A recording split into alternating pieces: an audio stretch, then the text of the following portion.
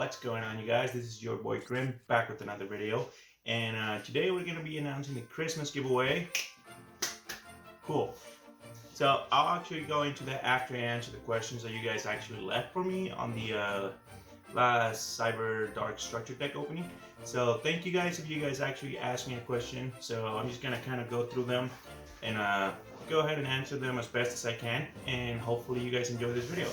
So also I'll be announcing how the giveaway is going to work towards the end of the video. So if you want to go to that, you can skip to it. But I mean, I'm going to be answering a few questions that are kind of like personal. So if you guys are interested and want to know a little bit more about me, just go ahead and stick to it. So first of all, my real name is Omar, O-M-A-R, and my last name is Heredia. I am from Mexico, born and raised there. I came here when I was about 9 years old, so been a while, and yeah, that's pretty much who I am. Now, the first question that I got was from Ryan Tran, and it says, what is your favorite core booster set from each of the past 6 Yu-Gi-Oh series? My guess will be Shadows of Infinity for GX and Star Strike Blast for 5Ds. Well, I honestly don't know if I have a favorite one, but I just kind of really like the older style cards, like I don't know, anything that was like from the Blue Eyes set to maybe Metal Raiders up to their, like I just have a really nostalgic feel for the very beginning of the series, the booster packs. I really enjoy the whole aspect of having ancient Egypt type of stuff. So I really like those. It's probably one of the reasons why I like Gravekeeper decks so much, because they actually remind me of like Egypt. You know, like they're more of like a darker theme, if that makes any sense. But yeah, I don't know. I don't really have a favorite one. Sorry. And then it says, what is your favorite set that came out this year? What is the first deck you made? So the very first competitive deck I ever made was actually Gravekeepers, and that was back in I don't know, maybe 2009, 2010, I want to say, back when I was still playing. It was like a few years before what do you call it? Before Pendulums came out. So once Pendulums started coming out, I kind of didn't like that, and it kind of pushed me outside. But yeah, the very first deck I had as a real competitive deck was the Gravekeepers, which I think was, I don't know, it was cool. Like I said, I really like the aspect of, I don't know, Egyptian gods and all that kind of stuff. So it just kind of puts me back to the beginning. So I don't know. I think the deck's pretty cool, and it stops a lot of the metas. So Necro Valley is just kind of like one of those cards that it's probably never gonna go on the ban list, but I mean, it's useful until it gets destroyed. So I don't know. It's one of those really good cards for me, at least for me. So favorite set that came out this year. I probably want to say Brothers of Legend, because it actually has a lot of good reprints and a lot of new good cards that actually help the game and support it to, like, you know, if you can't afford some of the stuff, like you can still get pretty good cards in that set. So that's probably one of the best sets this year to me. I was really hoping to pull a Dragoon, as you guys saw when I opened a few of those booster packs, but it just didn't happen. I do want a Starlight. I don't have any, and I wish I did. But I mean, they're not easy to come by, so it's just one of those things where you just can't keep it, or can't just pull them if you want them. It has to be luck, maybe. I don't know. But yeah, that's the question from Ryan Trent. Thank you for asking me that, Ryan. Alright, so the next one is Ashwin Salvakumar. Actually, I haven't answered to you on Instagram yet, but I will. Yes, usually don't like opening a message, because then I'll forget to like respond. You know what I mean? Like if I see that it's still open, it means I haven't responded. And I'm pretty good at responding to everybody. I just kind of do it on my own free time. So I haven't been able to like have time to actually put it all together and get it over to the mail. That's why I haven't responded, but I'll probably be doing that later today or sometime after I start editing this video. So yeah. Alright, so the question was, always wanted to know if you watched the anime and what your favorite season of or part of Yu-Gi-Oh was. Also, how do you maintain the expenses for the hobby? Do you sell cards or steal products? Those will be my questions. Alright, Ashwin, so as far as my favorite season, I want to say maybe Battle City was my favorite season, just because it had rare hunters and the Egyptian gods were introduced, and we got to see a little bit of why Yu-Gi-Oh was starting to become an actual game. Like back in the Pegasus arc, we didn't have any of that whole, oh, you got to sacrifice monsters to summon a higher level monster or that kind of stuff. And I think Battle City kind of like introduced us to the whole, this is how you play the game, like really, at least for us, the players outside of the anime. And I really always enjoy the whole aspect of, oh, we got like rare hunters, which are trying to get the rarest cards. Now, one thing that it was weird about that, at least for me, is that they do show a little bit of other kids playing, and they have like blue eyes cards in the field and all that kind of stuff. And it was just kind of weird. I was like, I thought Kaiba was the only one that had the 3 legendary blue eyes. So, I mean, it's just weird. But overall, I think Battle City was probably my favorite out of all of them. But that's just me. So, yeah. Alright, let's see. How do I maintain the expenses for the hobby? So, I actually work.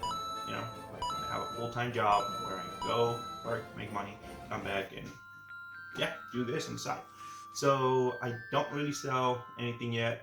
I am actually trying to building a bunch of different decks. I don't know how that's gonna work out, but I mean, I'm trying to build everything that I can from like all the stuff that I've been pulling. So right now, as of like this day, I haven't really sold anything. Yeah, I started selling a bunch of my cards back in maybe last year. So I sold like a few collections. I actually have a binder that I actually sold for one of my friends too. You guys can actually take a look and maybe find the video on my videos on their collections. But yeah, it's just I don't really sell right now. I'm planning to usually buy more than a booster box to have, and I'm probably just gonna keep it, lock away, and then maybe one day open it up once it's worth something and sell it. I don't know. We'll see. But that's just the plan for the future. I don't really know what I'm going to be doing with it. As far as selling singles, like I said, I sold a few of them. Not a ton. I sold maybe, I don't know. It's just hard to sell them right now. Like I said, I'm trying to build decks, and it's like, oh, well, I do kind of need that card if I want to play this deck. You know what I mean? So I don't know if you guys watch Armored Duelist. Shout out to him. But yeah, he kind of inspires me to do the same thing as he's doing. Just kind of like build a bunch of different decks and post them. I'm pretty sure he started the same way, where he probably didn't have all the cards needed for like every single deck. But as he's going, he's just building more and more. So shout out to him. That's pretty cool. He stick to it and he's still going with this. So pretty cool. But yeah, I work. If my hands ever look dirty or kind of messed up, and you probably notice that I get hurt a lot. I always have small bruises and stuff like that. I actually work as a refrigeration technician for a company called Prime. So 90% of the time my hands are dark, like in dirt. So I actually work with my hands all day. So before I make a video, I usually come home, wash myself, clean myself as best as I can, and then I'll go ahead and make the video. So yeah, I just work full time, and I'm actually a student as well, trying to be a mechanical engineering. Hopefully that happens down the road in the future, which also leads me to this. Next year I'll be going back. I didn't go to school this semester, so I've been able to post a little bit more, or have a little bit more free time. But starting next year, I'll only be uploading and opening once a week, just because I need to cut down expenses for that reason. So I need to start paying for school again. So it usually pays out of my pocket. So if you guys know what I mean, like, school is pretty expensive, especially here in the United States. But yeah, starting next year, I'm probably only gonna be posting and opening once a week. Hopefully you guys still watch them, you know what I mean? But I'll try to post other stuff, like, I don't know, new sets coming out, what I think of them, kind of like reviews of what kind of like is coming to the TCG player from the OCG, so that kind of stuff. But yeah, thanks for asking, Ashwin Selvakumar. Shout out to you. And then we got Aaron Chase. Shout out to you, my boy. So I know you're always like the first, second, maybe third to watch my video and comment right away. So thank you. Appreciate that support, man. It really means a lot to me. So it looks like you have a few questions. So let's see. First question says, if you could make your own card, what would we call? type, attribute, attack, level, rank, pendulum, scale, link. So honestly, I think it would be something for the Gravekeepers. Um, I would probably say a monster. Hey, when you send this card from you, or when you normal summon this card to the field, you would send a card from the deck to the graveyard, and then that would be another Gravekeeper that would have another effect that would say when this card is sent to the graveyard, you can special summon in, ignoring Necro Valley's conditions, that kind of stuff. That way you actually get more plays. I mean, uh, something kind of like Spy, where when he's flipped, you get special summon a monster from the deck. But this would be slightly different, where you actually picks a monster from your deck, sends it to the graveyard, and then I'm guessing 2 monsters instead of 1. I don't know. I just feel like Gravekeepers need something to speed up the deck a little bit while keeping control of the field. So I would probably say attributes would be spellcasters, or sorry, dark, and they would be spellcasters. Levels, it's just hard to say. Like Gravekeepers don't have XYZs that actually go with them, so I would probably say 4. Maybe because there's a bunch of rank 4 XYZ monsters that actually work with Gravekeepers. I don't know if you guys check out my deck profile, but at least the way that I run it, all my friends think that it runs really good. Like they always have a hard time with my deck. So it's a really old school one, but it's really, I don't know, it's a really controlled deck. So it's just, I don't know, I like that. So it would probably be some kind of support for the Gravekeepers, Iron Chased. But yeah, second question, he says, question: if you could be in any Yu-Gi-Oh series, which would you choose and why? If I could be in a series, I would probably choose Battle City, just so that I don't know, Egyptian gods and all that. Can you imagine actually just walking around Battle City, and then all of a sudden you see this huge monster that you've never seen before, and it's just like huge, and it just kind of blows your mind. So you rush over to see what's going on, and then there's like this big shadow realm game where there's just a bunch of fog, maybe. Like realistically, it would probably look really creepy, but it would be so freaking cool. Like, I don't know. I'll probably say Battle City. Hopefully enter and just had to duel. Doesn't matter who I duel, even if I duel your boy Kaiba and he was a freaking complete jerk, like it would still be cool. I don't know. That's it. Let's see. Who's your favorite duelist of any series? I say Yugi. Dark Mutation is my favorite card. It's been since I was a little kid, and I don't think that's ever gonna change unless they come up with something different. Magician Soul, maybe. I mean, it's still Dark Magician in there, so I don't know. It's just one of those things. Duelist in the series, Yugi. Do you ever want to play in a real tournament? If you won, what would you do with the winnings? Say the winnings $200,000, for example. Okay, so if I was to win $200,000, for example, there's just so much you could do. I'll probably invest it and maybe buy a house, maybe a few houses. We'll see. I don't know. And then rent them out, make some profit out of that, and then just have a few of them. As far as tournaments giving out money, I don't think that's a thing. I think Pokemon tournaments do give out money, but I think Yu-Gi-Oh usually just gives out booster packs and all that stuff. So yeah, I mean, it would be nice though, right? See, with the winning. So yeah, if I ever played in a tournament where money was a thing, I think people would actually try to get more competitive than what they already do. Went to a tournament not long ago, and I took a random build of a Dark Magician deck that I built, and I got destroyed. It was kind of cool.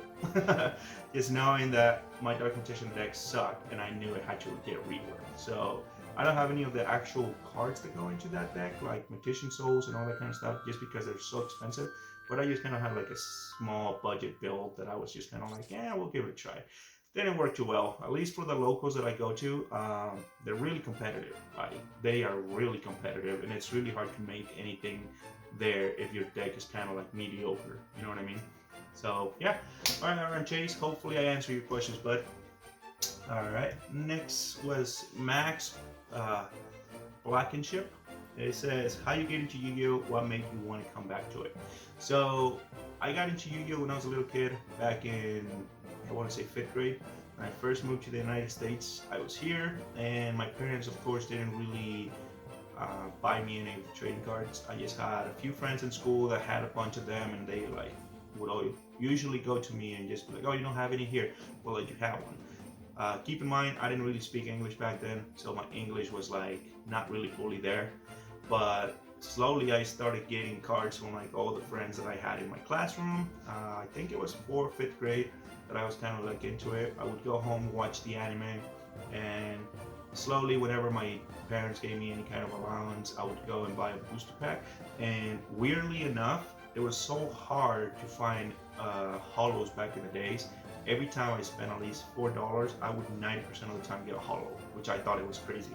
Like, I didn't know how hard it was to get a holo until I started growing up, kind of like right now. And the odds are just not really there. They're just so hard to do.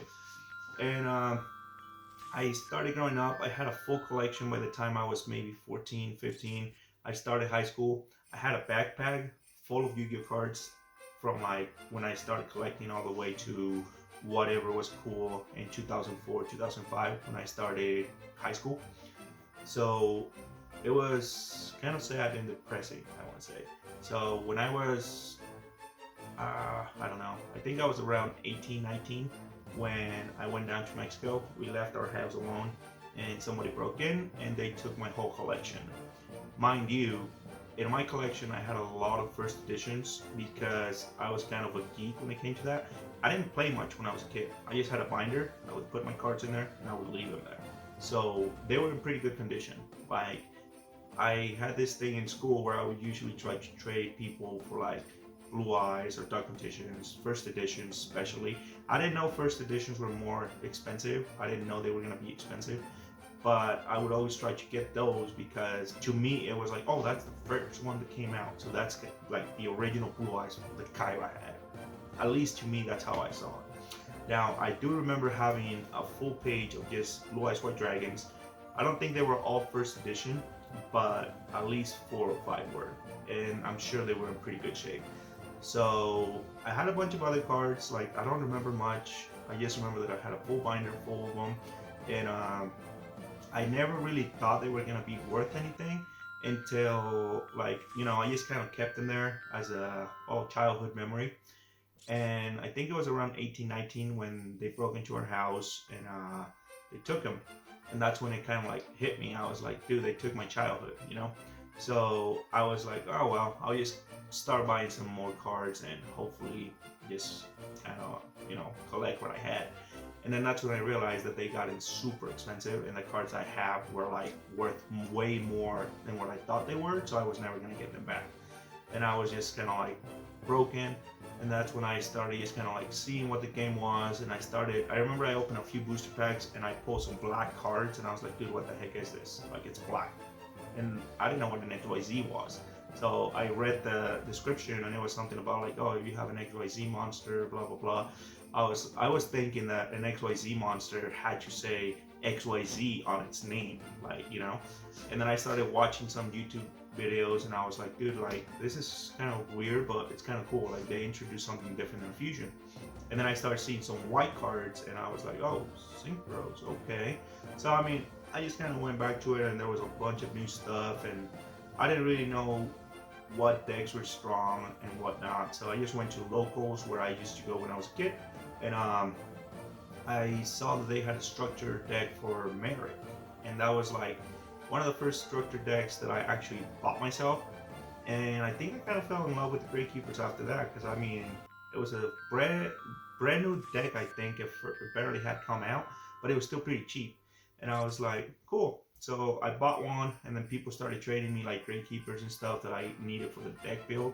I remember some of the kits were pretty cool. They actually gave me some cards that would go well with it, or like newer stuff. Like I remember somebody gave me a bottomless trap hole when it was like a really good card. I think it was going for like $30, and he was like, "Here, use this in your deck." And I was like, "Oh, cool, dude! Like, awesome, So that's kind of like when I started getting back into it because they stole my old collection and I kind of came back and started playing again.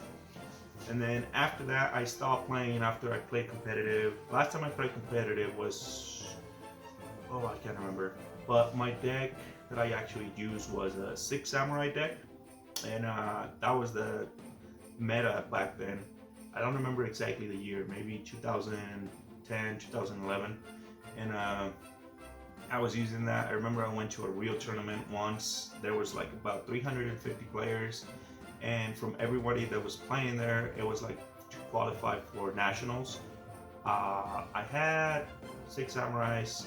I was going up against all these cool decks. I was nervous. It was the first time I entered a big tournament like that, and I just didn't really know what to expect. Like I entered tournaments before with Gatekeepers, but it was like smaller local ones. But that was like qualifiers, and there was so many players. I was blown. I was like, what the heck? Like what's going on? You know? But it was super cool because I got to learn a lot about the game. I did ended up in like place number 38 or something like that, but then I kind of gave up towards the end because my head hurt and I had been there all day. I was hungry, and I think I won 5, and then I started losing rounds after that. And then when I started losing, I was like, all right, I'm done. Like, I'm not gonna qualify for anything else anymore. So I just kind of like tap out. But yeah, that was the last time I played in a tournament. Well, thank you for asking, Max. Next question, we have Asset Reset. And it says, have you played competitive? If so, what deck do you play? I think I just kind of answered that question. Sorry, man. But yeah, I used to play Gatekeepers. That was my first competitive deck. And then I move on to 6 samurais. 6 samurais are like probably one of my favorite archetypes because you just kind of like start summoning and you just kind of go crazy, and you have a Shogun for negates and all that kind of stuff.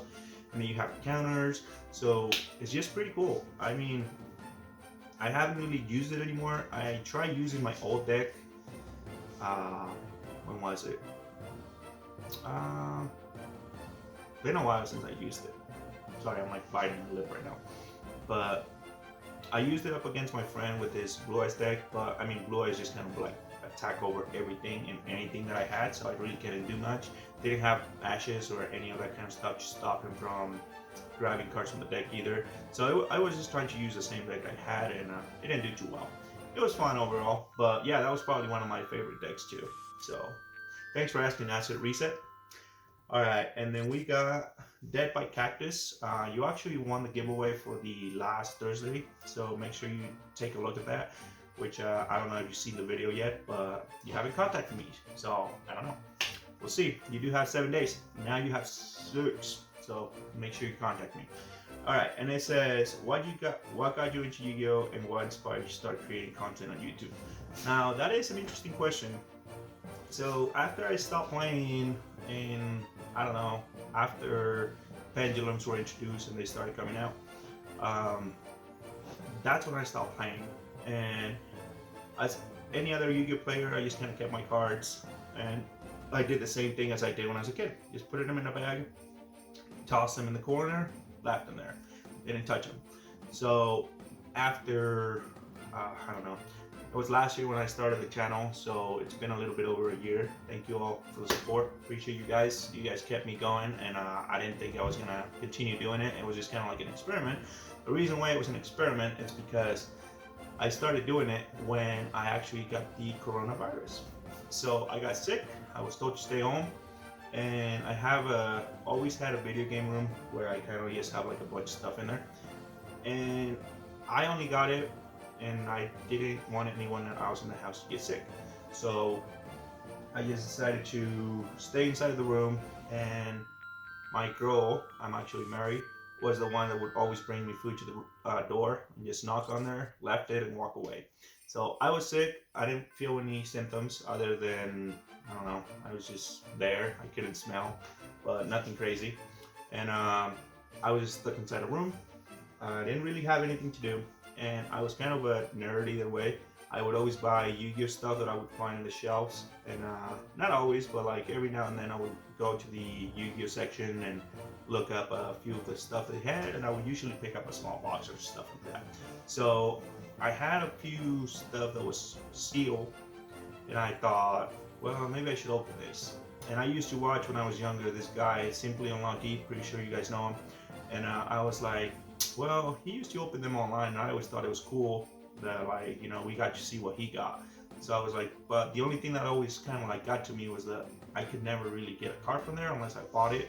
So I was like, well, if I do a giveaway on like my openings, hopefully people like them too. I don't know. They get to see what I got, but they also get like a chance to pick a card that they would like to have. So I was like, maybe I should do that. So if you guys go back and to my first video, I was, ooh, I think it was maximum gold that I opened. I didn't even know what was in that set. Like I remember picking that up and I was like, oh, this set looks cool. Took it home. So I thought it was kind of like the gold cards that came out before that, like Ancient Mine, I think it was called, or something like that.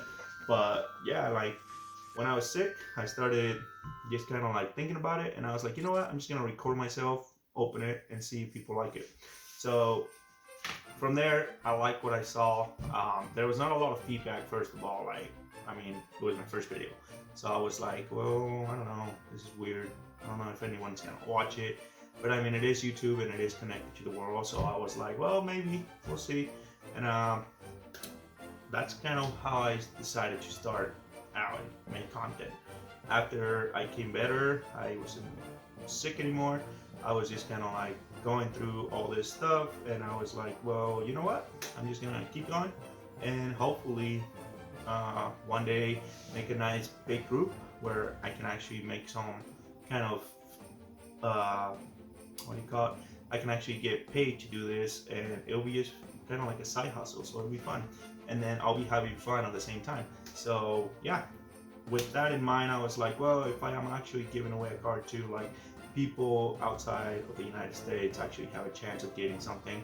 I know it's really hard for third world countries to get any kind of stuff like this, but I tried to make it happen. I know cars usually get lost or stuff like that just because I don't use tracking.